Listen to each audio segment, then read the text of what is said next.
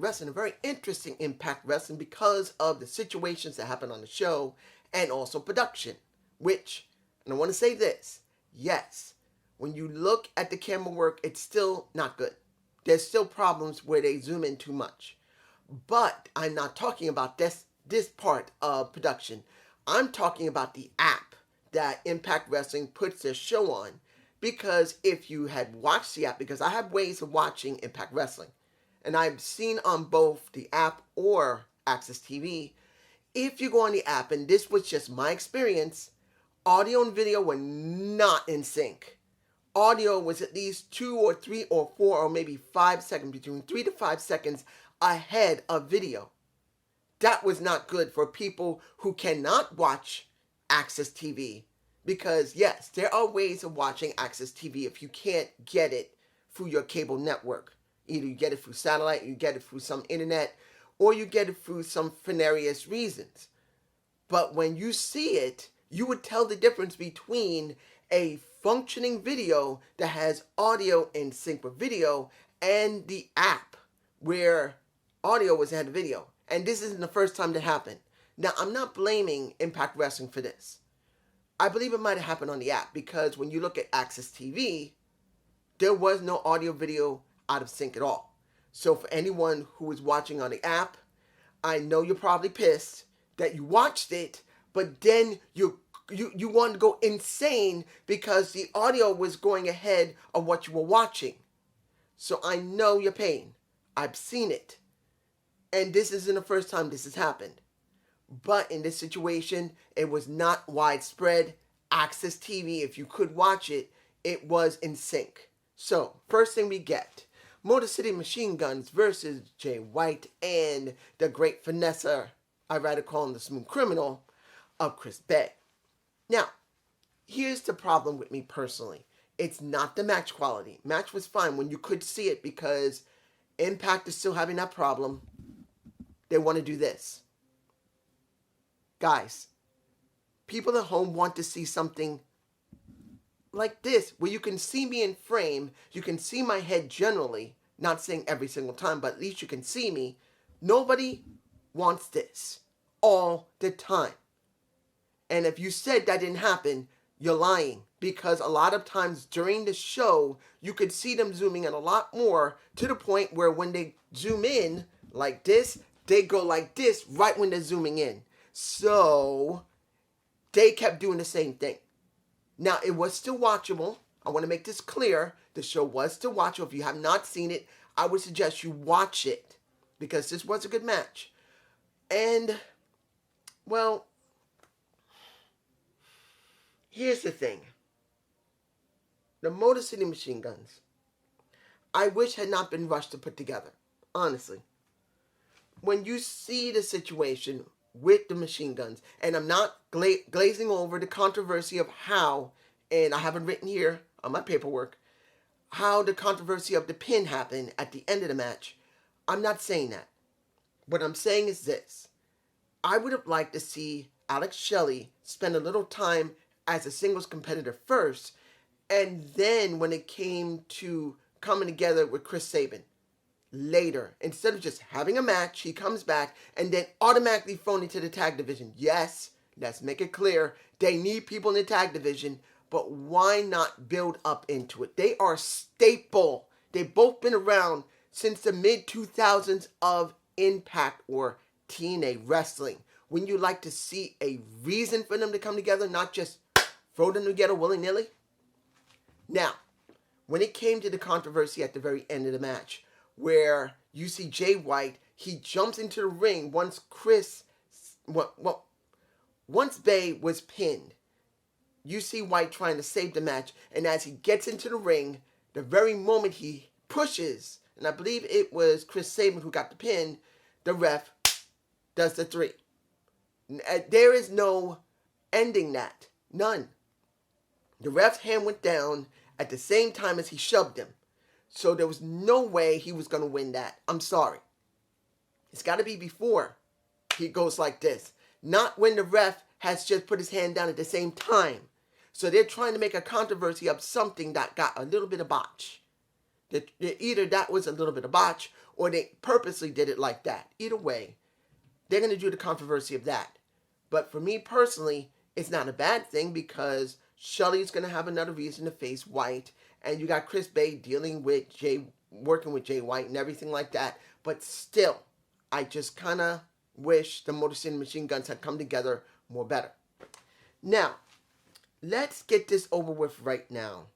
When it comes to Caleb dealing with the inspiration and the influence, I got to get this done. Is it entertaining to see that four women are surrounding one guy to make sure that this one guy, let's say I'm the guy and these are the four women, my fingers are the four women. You know what I mean. The four women are trying to see if they can get one guy who's basically a stooge to go to their side or stay on their side. Is it entertaining? Honestly, for many are going to say no. No. They don't want to see Caleb with a K having to deal with Jesse and Cassie dealing with, well, when you see the influence, we know he's with them. When you see the inspiration, you know they want him. Both sides are pulling him, and the question's going to be, which side is he going to go to, or will he dump all four of them and just go off on his own? Now, is it going to be entertaining for everybody? No. But are some people are going to enjoy it, just like what happened with Ziggy Dice dealing with Jonah? I'm doing it now. Jonah with Ziggy Dice. There's no reason to talk about it. It was ended within a few seconds. Jonah destroyed Ziggy Dice because he was stupid enough to turn his back to him. And the interview afterward was about trying to set up Ziggy going to the Swinger Dungeon.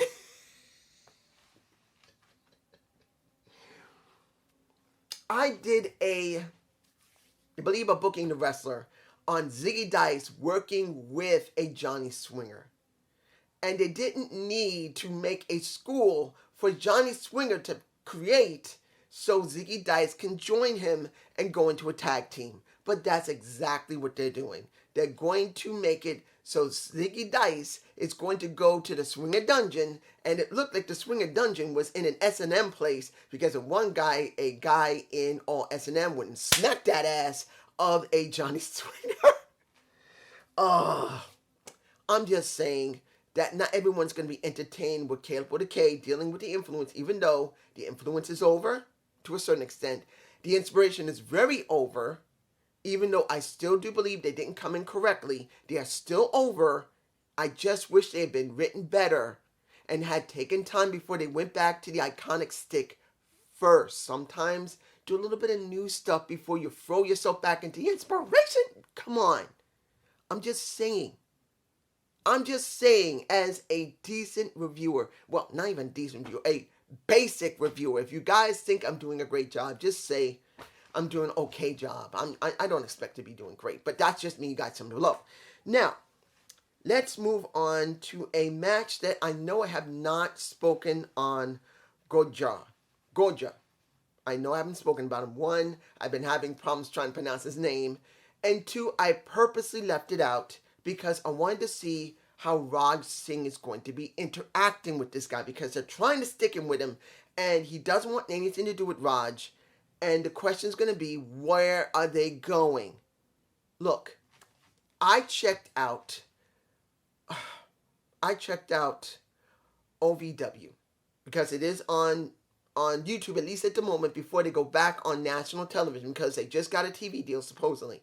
And they're going to go right back on national television. So OVW is still around, and they're supposedly going back on television soon. National TV. I saw Muhammad Shira. He's currently the national world champion. I think that's what it's called. And you got Kurt Angle talking to him. You got, leaving a message. Jeff Jarrett left a message. James Storm left a message.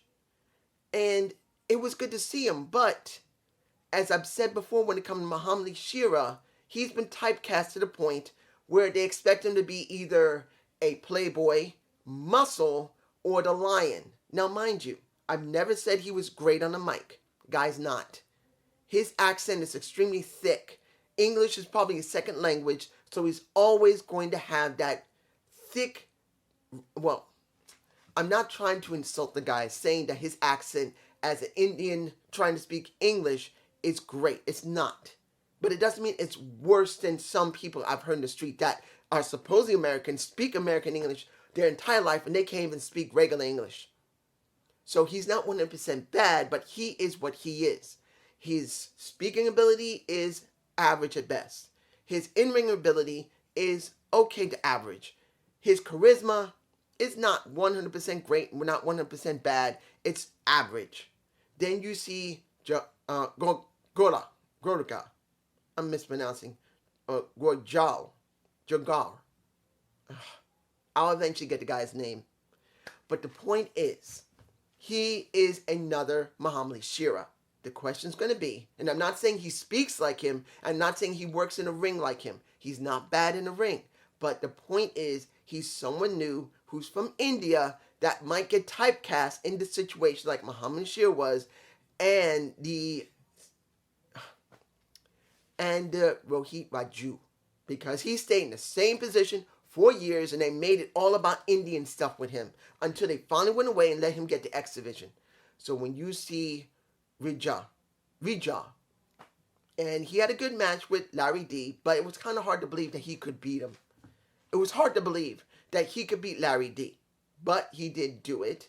Then you got Raj getting in the ring, and then you see him shoving him back, and that was before Raj was thrown into the Brian Myers booth, Brian Myers table of commentary. That's what you get. Now, I'm not even going to say anything about what's going on with Brian Myers and when it comes to Morrissey. I knew they wouldn't go very far with Morrissey, and now he's stuck with Brian Myers right now until they decide to do something with him. They brought him here. He actually was doing pretty well, and now he's here with Brian Myers, who I'm not even saying is a bad talent. He can easily reach the main event if he wants to, and if they're willing to do something with him. But is he going to be great at it? That's going to be the question. I'm just saying. Now, Anthony Corelli was on commentary once today. Just once. He didn't show up at the first match, but he did show up for the second. So it wasn't bad, but I kind of wish we see him more. To know, is he going to be there only for special moments? Or is he just going to be sporadic? I don't know. You guys can tell me below. Now, let me get Macklin over with Rhino.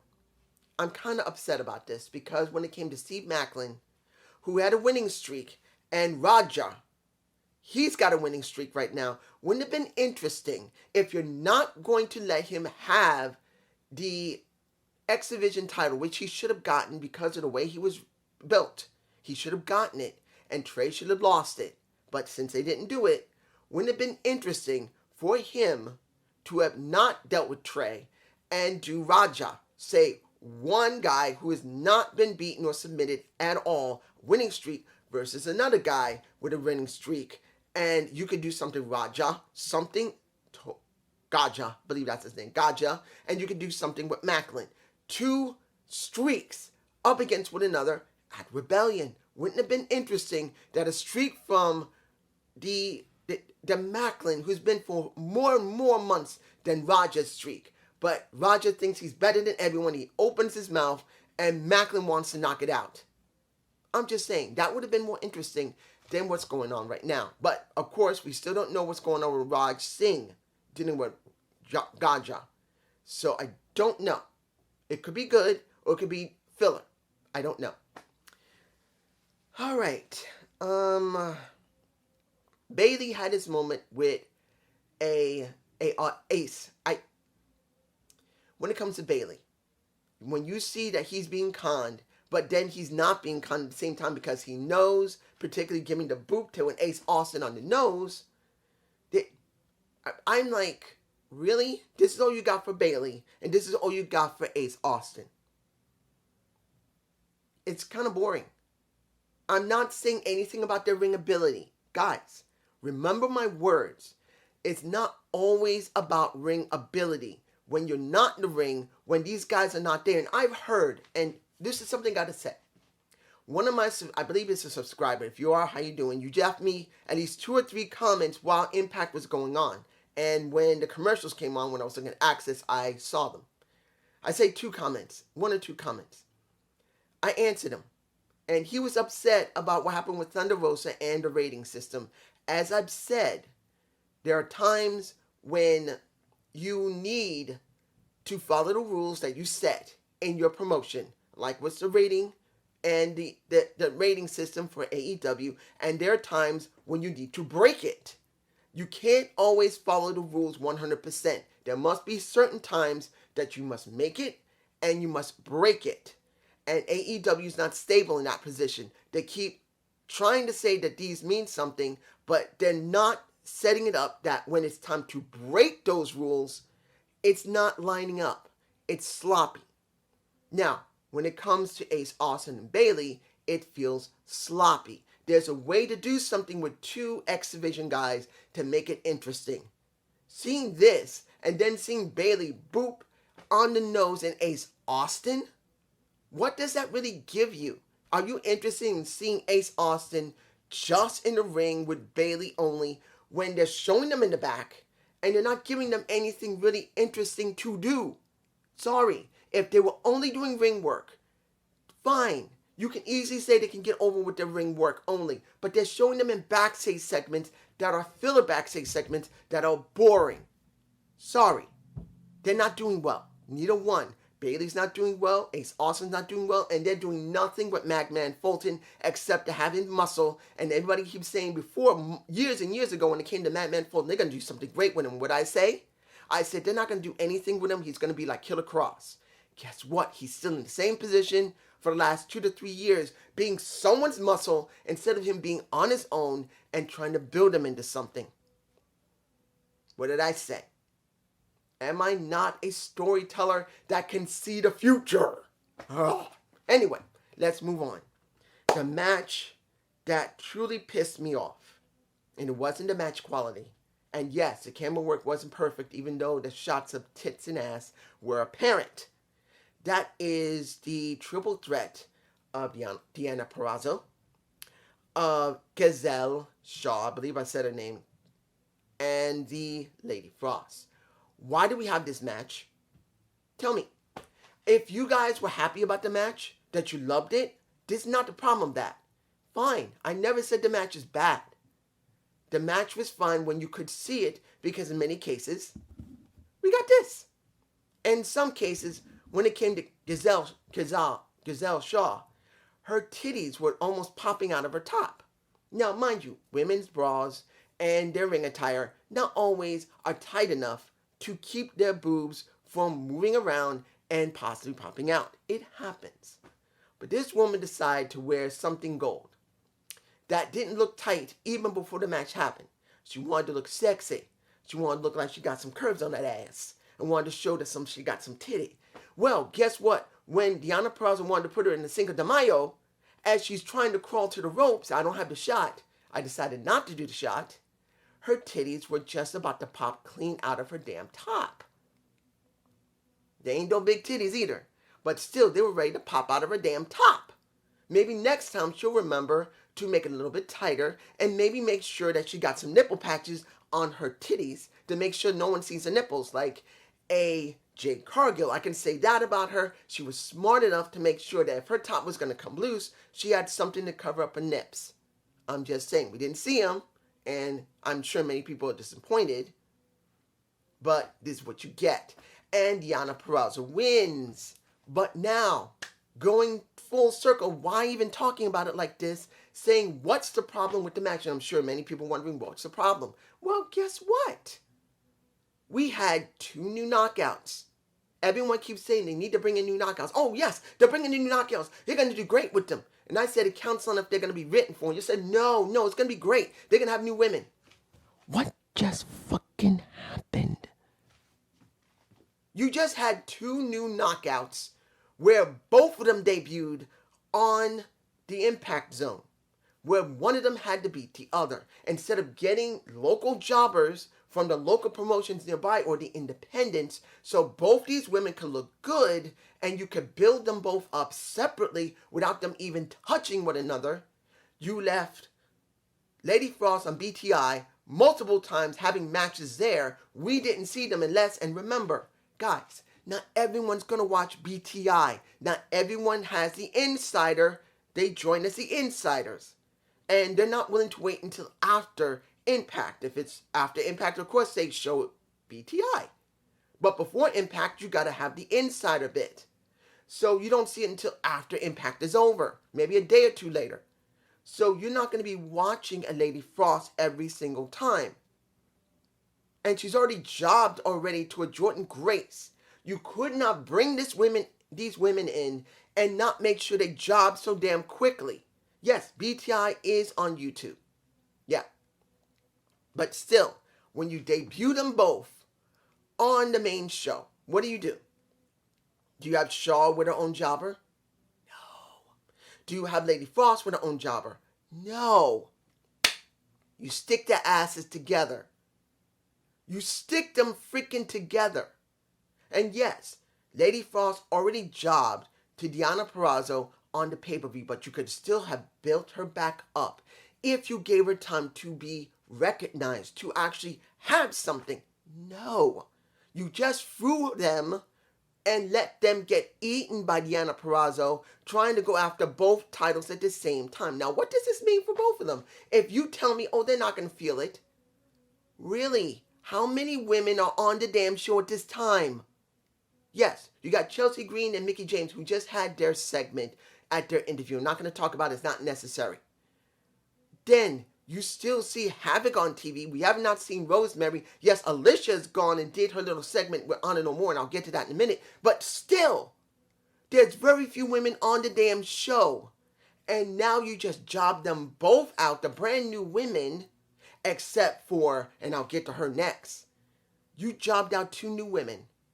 Instead of building them both up to make them credible to go against Deonna Purrazzo, trying to rebuild them, or at least when it came to Lady Frost, rebuild her up, and then build a Giselle Shaw up, whose titties were ready to pop out, and if anybody saw them, they say, damn, they look good, or damn, they too small, or damn, just be my wife.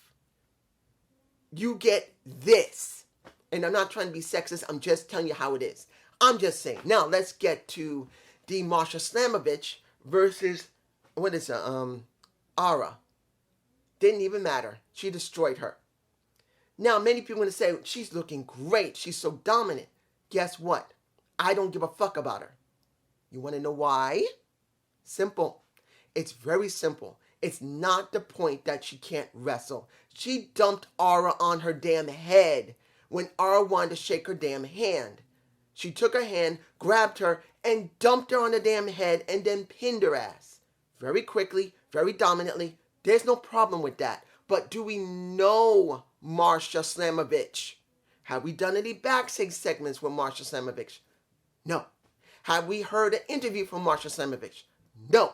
Have we even cared about Marsha Slamovich other than her damn matches where we don't see her dealing with anybody important? Do we care? No! And if you say that you just need time, listen to my words. What did I say about Madman Fulton over a year ago? They're doing nothing when he said, don't worry, he's going to get something. No, he has not. It's always been about Ace. What did I say about these 2 women in the very beginning when I saw Lady Frost jobbing on TV, that she screwed up and that she had to job to a new woman who didn't need to job either? And now they both job to each other. Do you think they're going to get treated right? I said they need to be treated better. And no one said that anything's going to be bad. But someone did say Shaw was really good. But I said, it doesn't really matter. They jobbed. And guess what happened? Both of them just jobbed to Deonna Purrazzo at the same freaking time. Well, not technically. She didn't pin them both. But you get my point. She beat them by winning over one of them. And they both mean nothing. I'm just saying. Let's move on to the last match of the night. Josh Alexander. You know, I gotta say this because I know one of my subscribers hates the hell out of Josh Alexander, and he never explains why having a gripe against Josh because of his clothes means nothing. Having a gripe because you think he's numbnuts means nothing. Give a real answer. Now, mind you, every time you do it now, I'm not going to answer you anymore because I like answering my commenters. But if the only thing you're going to do is just vent your anger, it's not worth my time. Because if I see you state what you're saying about you can't stand him, he still looks like he's from the 1990s, he's a bald-headed numbnut asshole, and I don't like him, I'm not going to answer you. Now, I'm not going to delete your message. Let everybody else see you and think you're an idiot. And I'm not saying you're an idiot.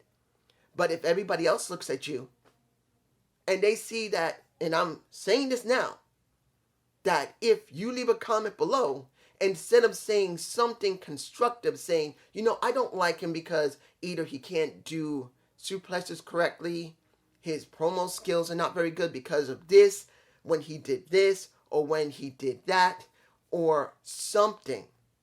Give a good reason why you don't like him. You got a conversation for me, and I will tell you why I agree or don't agree. But if that's all you're going to talk about, you're not going to hear me. And you'll be lucky if people don't look in the comments and look at you like you're a total motherfucking nut job. Because you got nothing positive to say or nothing honest criticism. You just want to vent. And for me personally, I'm just going to laugh at you. Not because I think you're an idiot, but it's because people look at people like that and think you're dumb instead of just giving a full reason why you don't like the person. I'm just saying. Now, the Matt Taman match, it wasn't bad. It wasn't bad with Josh. I'm sure whoever saw it on the app wasn't going to be happy about it because, like I said earlier, the audio was out of sync with video. But if you saw it on Access TV, it was fine. It was a good match. And in the end, I wasn't surprised Josh won there. There was no way. And yes, Maria was at ringside, and she did talk about what happened with Alicia, and I will talk about that now before I talk about Moose going over to Josh's home. Seeing Alicia go in front of Honor No More, trying to get her man back, is interesting, but sorry, due to the fact that he's never changed his clothes and changed basically this, like I said weeks ago, why don't he say, hey, I'm not changing. Why are you still bothering me? Haven't the divorce paperwork gone through yet for you? Saying that and saying, I'm not saying they're divorcing in real life, but on screen, make it more interesting, make it more dramatic. Because as it stands, it's not that important. I would have liked to see Chris Sabin in that position than Eddie Edwards, because Eddie has not been there as long as Chris Sabin. Chris would have been the perfect person because he was there from the opening of the damn doors of TNA. Not Eddie Edwards, who came in 2010 to 11. I'm sorry. That's just me. You guys tell me below. And the final thing will be Moose going over to Josh's home, scaring his wife and scaring one of his kids to give the contract due to the fact that he just got there. He can't make it to the office in time because he's got to go back. Could his wife hand it in at the Anthem office? And he says hello to one of his kids, and he scares him and pretty much says, can you give a message to your daddy that things are going to be very interesting soon? Not saying 100% that's what he said, but pretty much saying, I'm coming for his dad. Was it a good show? Wasn't bad. Was the camera work good? No. Did they make some mistakes here? Hell yes, they did. I am not agreeing what happened with the triple threat when it came to Yana, Shaw, and Lady Frost. Why? It didn't make any sense. Rhino going back with Heath should have happened a while ago. You don't need to because they already built that up. They went away from it. Now they're going back to it. I'm just saying it was an okay show. Anthony Corelli, I'm hoping will be on commentary more. But that's just me, and I hope you enjoyed the same view. Please give me a comment below and know when I talk about somebody, I'm not talking about them to chew them out. I'm talking about them because I want them to understand there's an issue. And won't you give some criticism fairly? I try not to chew anyone out, be disrespectful. I'm just trying to be honest. Peace.